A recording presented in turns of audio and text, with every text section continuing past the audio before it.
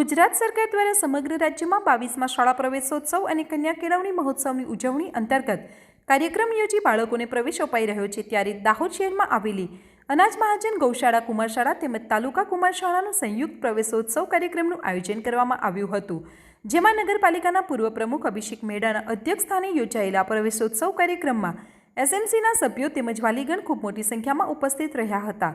પ્રવેશોત્સવ કાર્યક્રમમાં 60 જેટલા નવા બાળકોને મહાનુભાવોએ પ્રવેશ અપાવ્યો હતો તેમજ ગાયત્રીબેન ભુરિયા તથા અભિષેક મેડા તરફથી શિક્ષણ જગતમાં પગરણ માંડી રહેલા બાળવાટિકાના નાના ભૂલકાઓને બેગ વિતરણ કરવામાં આવ્યા હતા। સાથે જ રાજેશભાઈ બચાણી તથા મહેશભાઈ દેવડા તરફથી સ્ટેશનરીનું વિતરણ કરવામાં આવ્યું હતું, જેનાથી બાળકોમાં અનેરો ઉત્સાહ જોવા મળ્યો હતો। ઉપસ્થિત મહેમાનોએ નાના ભૂલકાઓને ઉત્તરોત્તર પ્રગતિ કરવાના આશીર્વચન પાઠવી શુભેચ્છાઓ આપી હતી। બંને શાળાના આચાર્યો તેમજ શિક્ષકગણે સમગ્ર કાર્યક્રમનું આયોજન કરી કાર્યક્રમને સફળ બનાવ્યો હતો।